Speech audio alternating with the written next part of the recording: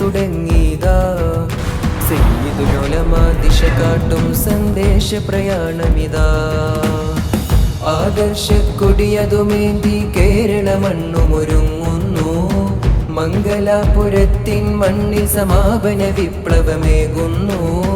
നാടുനീള സ്നേഹം പകരും നാളെ ഈ ചരിത്രം പറയും. നൂറുപാകിയെന്നും ഉയരും ഇസ്സത്തേകിടും. വ്യതകളിൽ ഉലഞ്ഞിടാതെ തഖ്വയാലി ഗമനം തുടരും.